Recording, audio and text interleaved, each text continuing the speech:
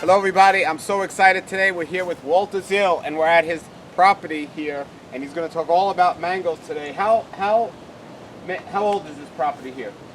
It was in 1955 that Dad planted 358 Kent mango trees on this piece of property that was 150 feet wide by 1,500 feet deep. And the tree plantings was 25 feet apart in rows that were 25 feet apart. So it was 25 by 25. There was no irrigation. We towed trailers with water to water the, I say we, at that time I was a teenager in high school, in North Carolina, by the way, not here in Boynton. But his hired people and then took care of the maintenance here. And in the summer I worked with it. In fact, I remember I was running a tractor disking the weed control in this grove at the day that John F. Kennedy was assassinated in Dallas. Wow. Anyway, be that as it may. But this is one of the trees that I thought I would point out that was grafted over to Kit in about 1970. I came back to help transfer the mangoes from Kent to Kit. This is one of those that was finished off there, and there's a couple trees over there that were also part of that. The others around here have been top work to other varieties.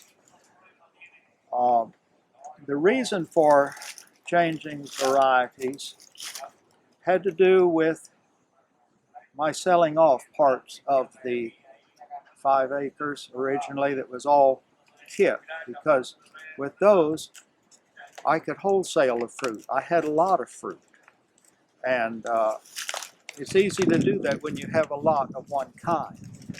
But as I, shall I say, got convinced that I should part company with some of the property, I ended up parting company with 4/5 of that acreage approximately, and reducing the quantity of trees. Therefore, I had to do something to raise the price of the fruit I would get. I couldn't afford to always just wholesale them. And to do that, I wanted to appeal to a wider range of people, so I started putting other varieties in here to spread the season at which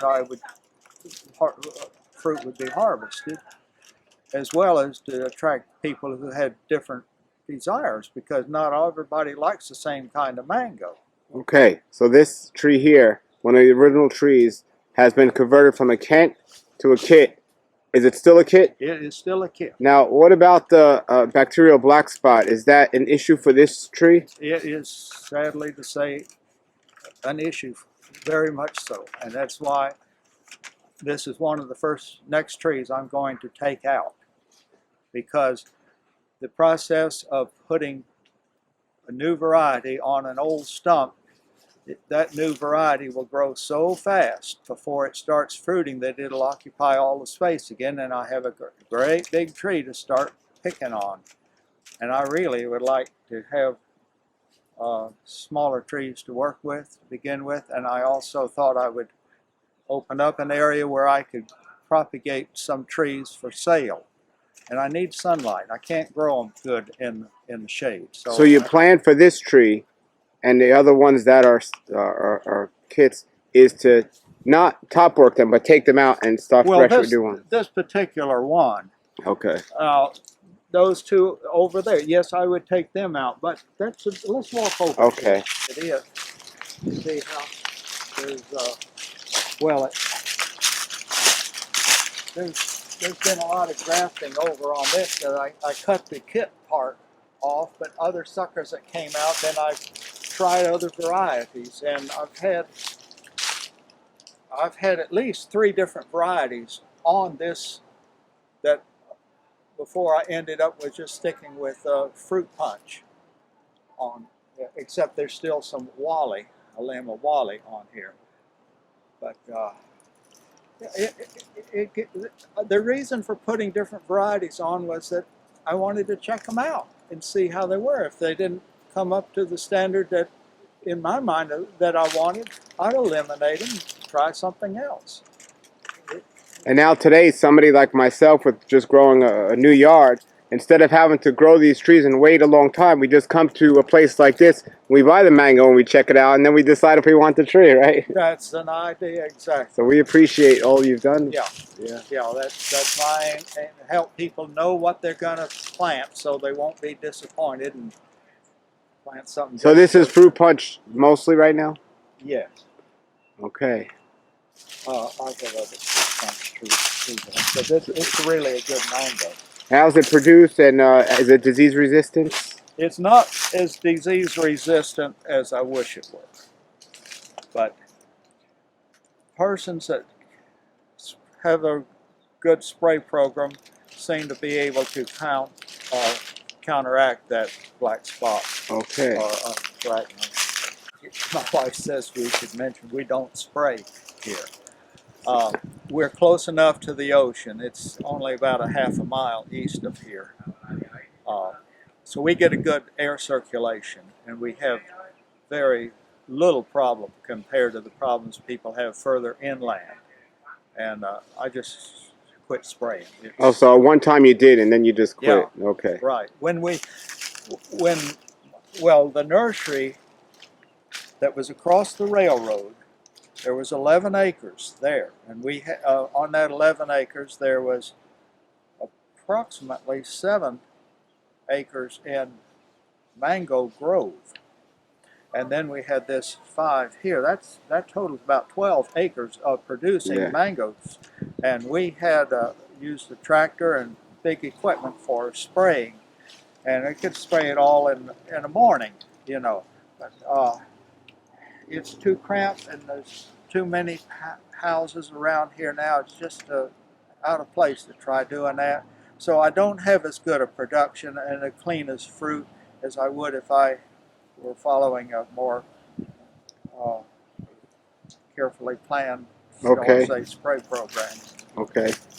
This is a southern blush that I bought already grafted from my brother's nursery to replace the fact that I don't have a southern blush mango tree here. At one time, I'm the one who chose that name for it. It originated east of the railroad in my dad's nursery.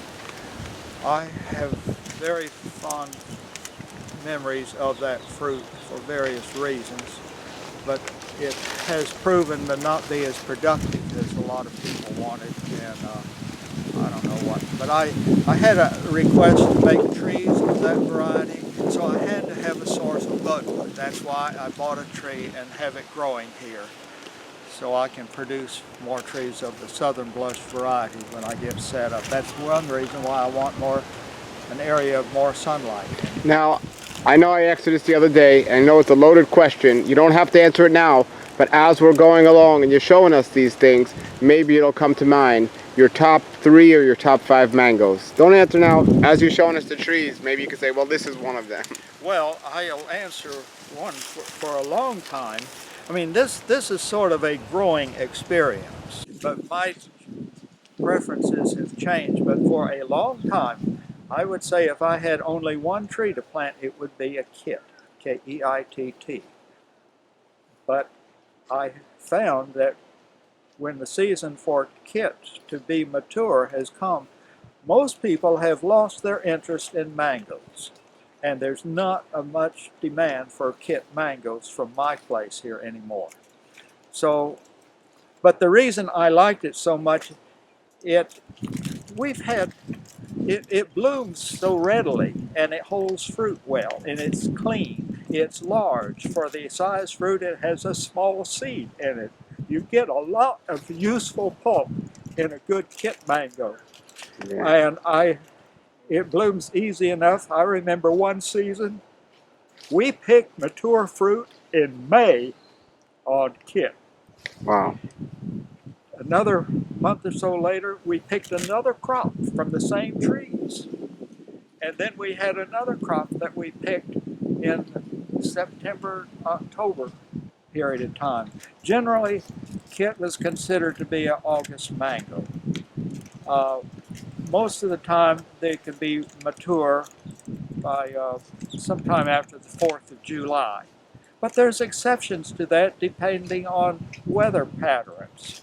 Sure. But for cleanliness, production, and size of fruit, usable part, it's one of the most important mangoes there is. Okay, sounds good. Alrighty, we'll move along here with your list. This tree is in clockwork from being a kit to, actually there was another one intermediate. I don't even remember what that was. But the last one that's on it, and that's what makes the big tree now, is what we call Pineapple Pleasure. It's a seedling from Springfells. And by the way, when I was a youngster, before I knew anything about the kit, Springfells was my favorite because it was such a big mango. It Yeah. wasn't uncommon to find Springfells well over 4 pounds. At any rate, I always looked for a Springfell seedling that was sweeter than it and firmer because Springfell was so soft. But one of the seedlings that my dad started when he was seeking new varieties, and he did that by planting seeds of really good mangoes and waiting for them to fruit and seeing what the quality was. Well, the last one of that, he finally made it bloom by girdling it, cutting a section out of the bark in a spiral form. After the tree was big enough to hold fruit, it was going to, and forced it into blooming. And when it bloomed, set fruit, it was a lot like the Springfells, only sweeter and firmer. And I thought that is the greatest mango, even though the flavor didn't set a lot of people's taste buds going too good. But I liked it because it wasn't overly sweet. And I ended up being called Wally, but nobody ever called me Wally. But nevertheless, I have hung on to have a start of it. Wow. That's why there's a limb of it on that tree, and I have another limb on another tree. I'm loath to give up that variety. But that all being said, when Gary's planting included a Springfell seedling that came up, and it tasted more like a good sweet pineapple than a pineapple does to my taste, I said, we've got to call it pineapple. That's Pineapple Pleasure, and the name stuck with it.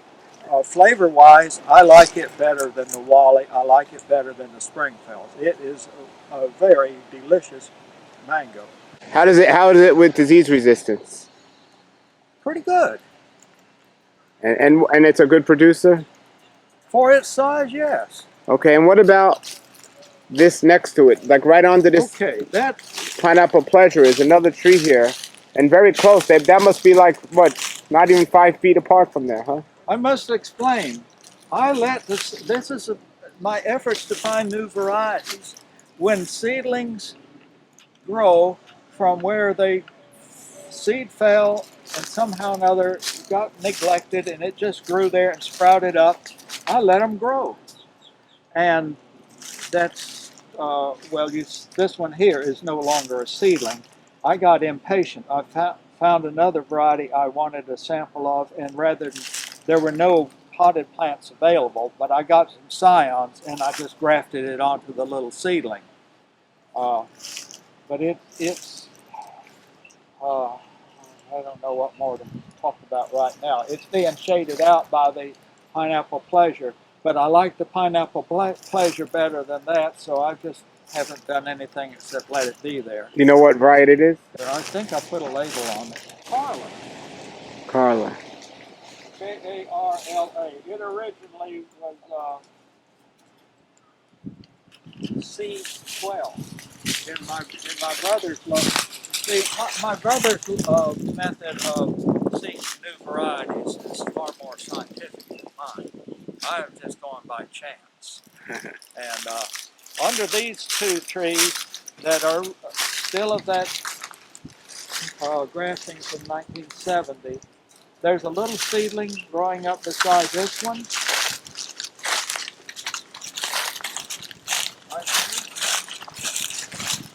I'm letting it grow because one of these days this tree will probably come out.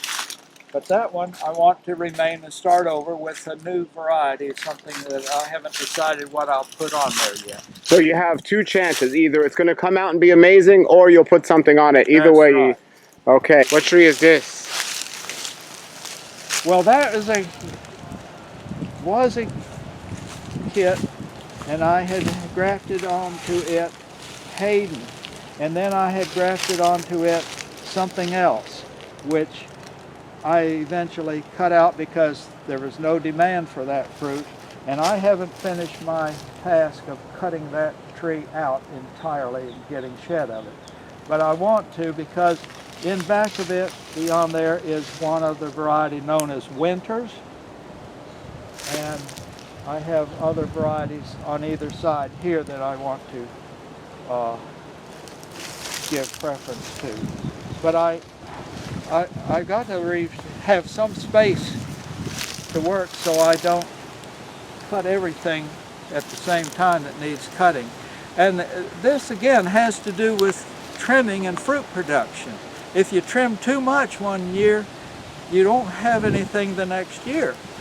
You have to get your trimming done before September.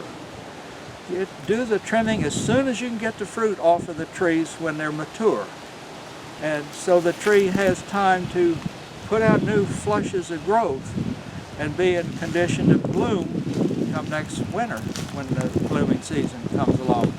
So of course you don't trim now because the trees are in bloom. You want to save that bloom as much as possible. All right, this may be an example of having a lot of trees in one place. There's only 2 trees here right now, but there had been a big tree here, but we had thrown a lot of our garbage, shall we say, with mango seeds in it in this area some years back, and there had been at least 4 other mango trees in this little tiny circle here. Well, a couple of them fruited. The fruit was very small, nothing particularly worth of interest. But this tree, when it started fruiting, and finally, it had been a tall tree, it was shaded out by 2 big trees on either side of it. But when it fruited, and I tasted it, it was uniquely different in flavor. And a few other persons that tasted it thought so too.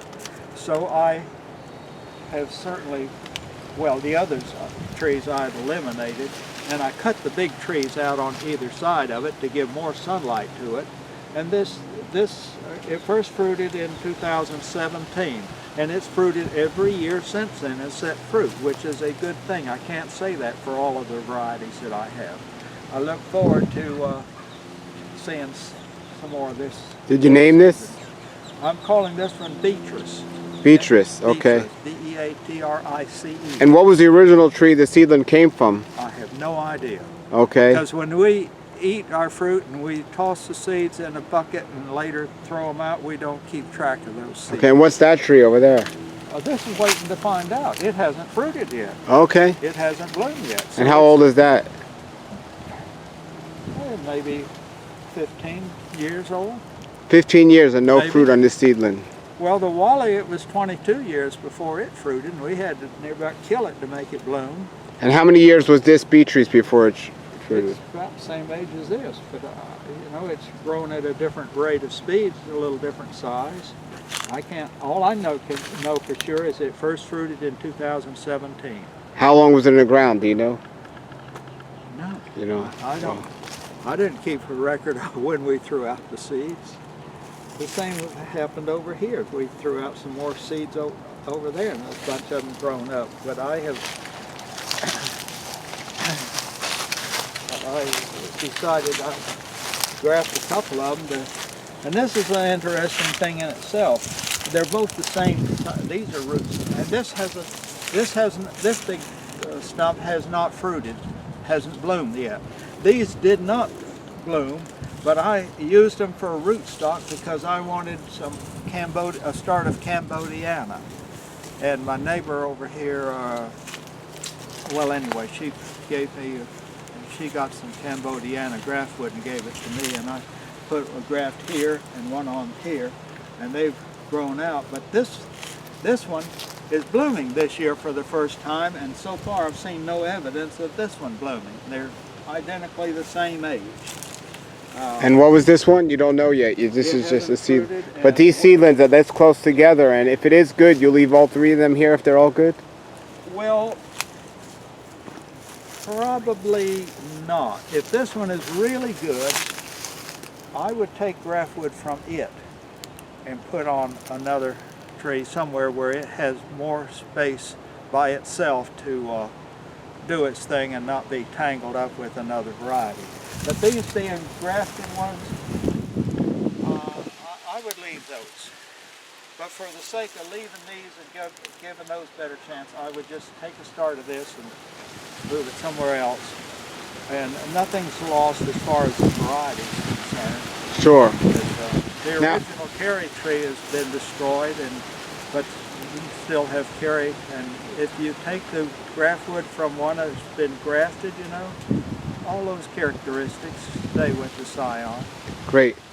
Now,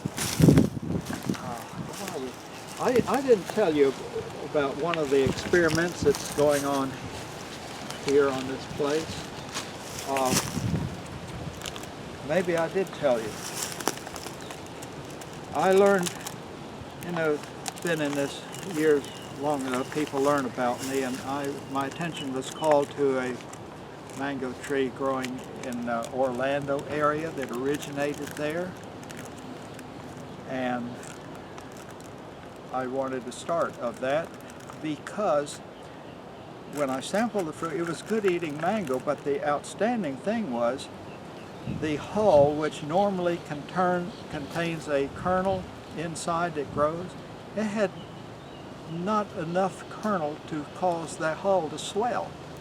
It was just like a flat piece of cardboard inside the fruit. So by weight, it was all edible fruit. If all the fruit had been sampled of it were that same way.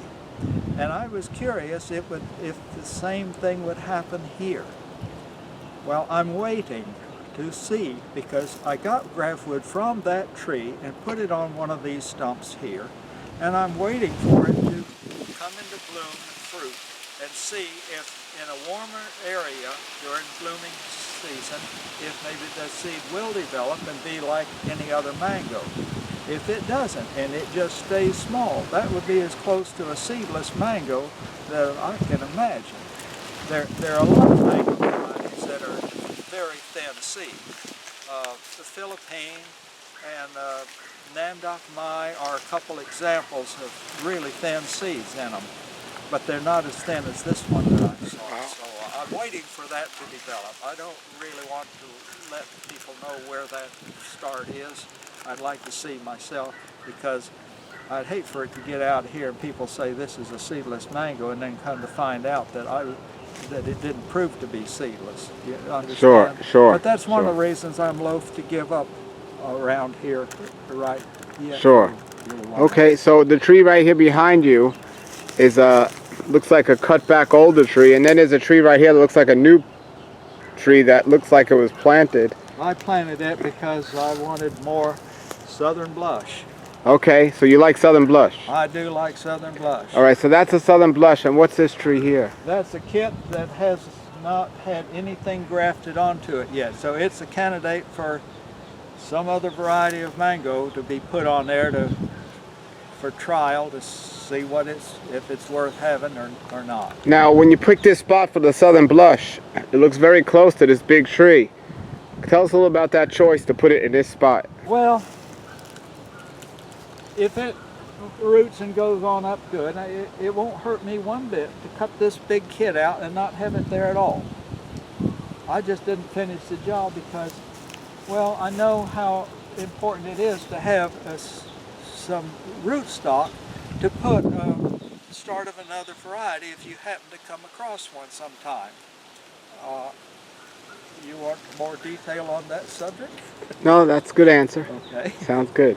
Behind it, there's a jackfruit that volunteered to come up there from where we threw out some jackfruit seeds. So, from what I'm getting is one of the greatest lessons of Walter Zill is whenever you have seeds, no matter what fruit it is, throw it on the ground.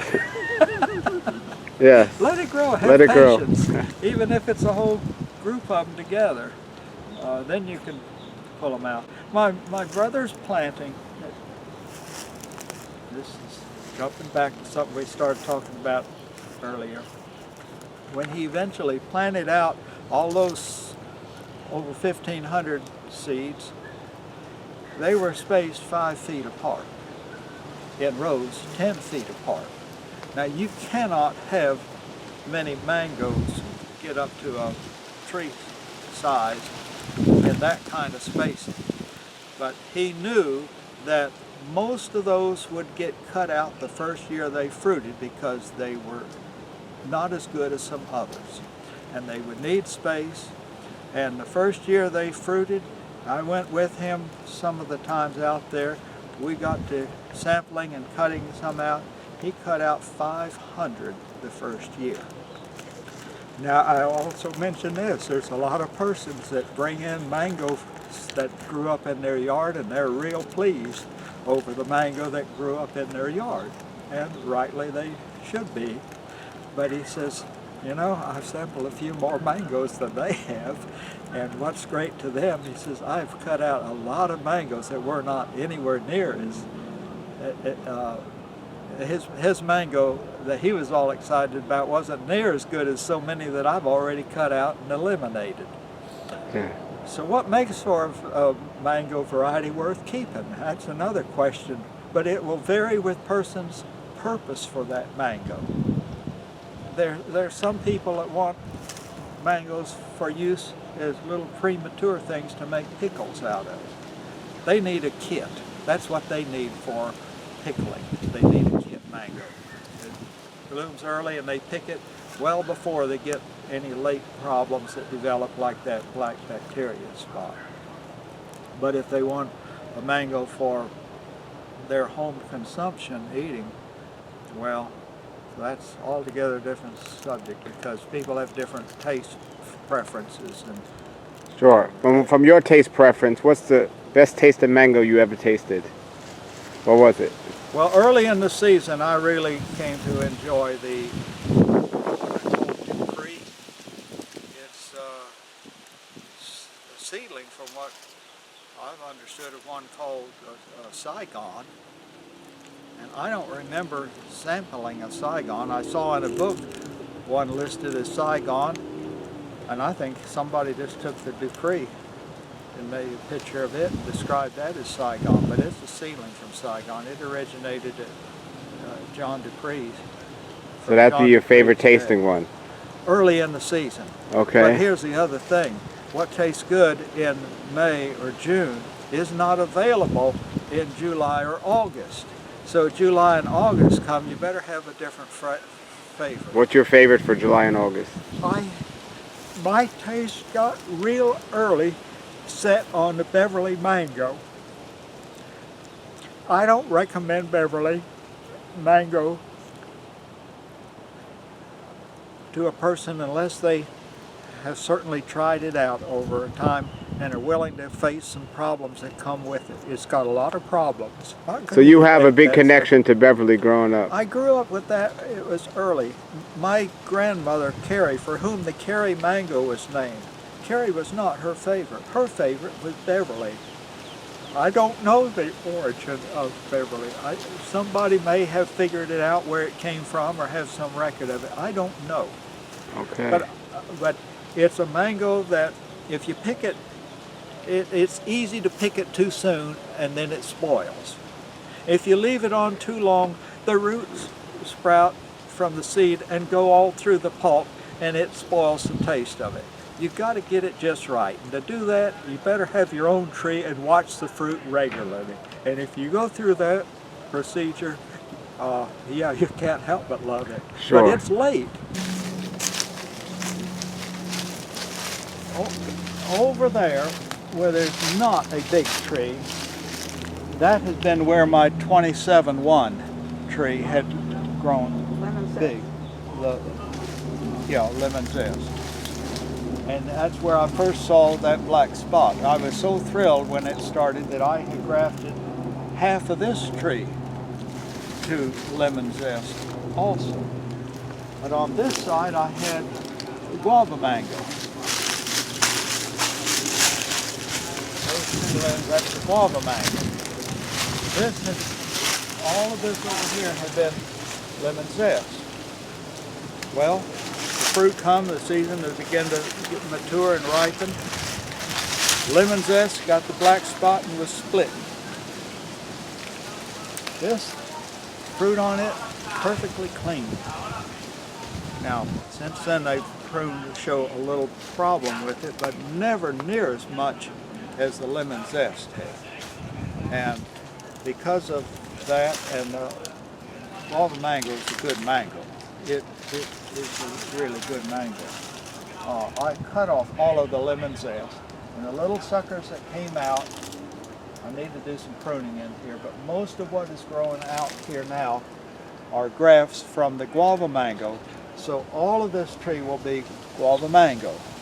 And what isn't guava mango is some outgrowth of kit. So that is an indication that the guava mango was cleaner, and something about it is better. I would highly recommend a guava mango as a person if they like it, but they ought to sample the fruit first. It holds quite well when it ripens on the tree. You can see the color change in it. It's not exceptionally large, but they are rather uniform, so they're pretty much all the same size, you know. It turns yellow. It's a nice mango. If you've not sampled it, you need to. Sure. So about the material black spot, once a tree gets it, could the next season be fine, or is it once it's got it, it's gone? I don't know the answer to that. I don't know if it's something systemic in the tree that's going to get progressively worse. Wow, this is a orange sherbet. That's a big orange sherbet. Yeah. Wow. Well, it was a kit. Yep. Exactly. So this orange sherbet tree is big. How old is this one?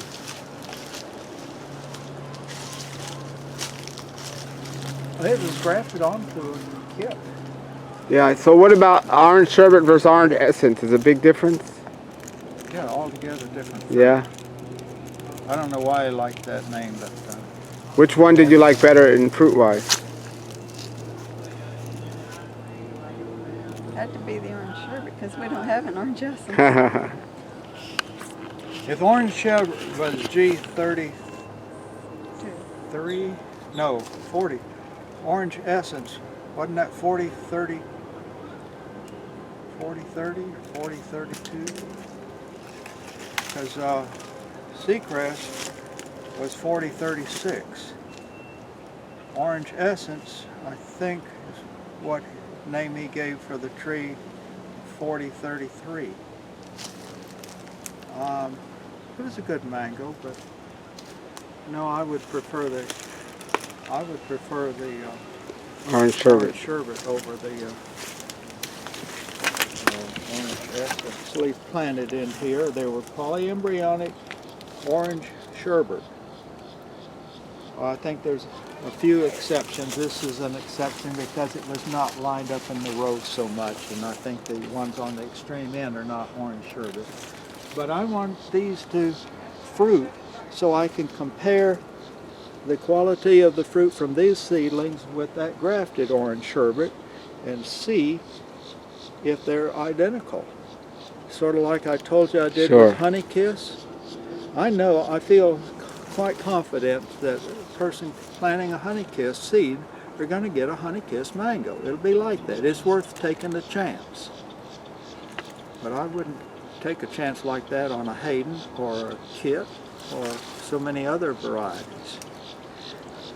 But Numerous people have told us that the orange sherbet comes through the seed. One of the issues I find today is when you go to a lot of these mango groves and buy fruit, a lot of it's picked so green and hard And for my own personal mangoes at home, they taste completely different, and they never mature the ones you buy. What's your opinion about what's going on with that? Because I see a lot of places doing that, and for commercial production, they just pick them soon, even at the actual grove. What's your experience with that? I like mangoes sweet that are matured on the tree, but other persons have their reasons why they want to pick them the way they do.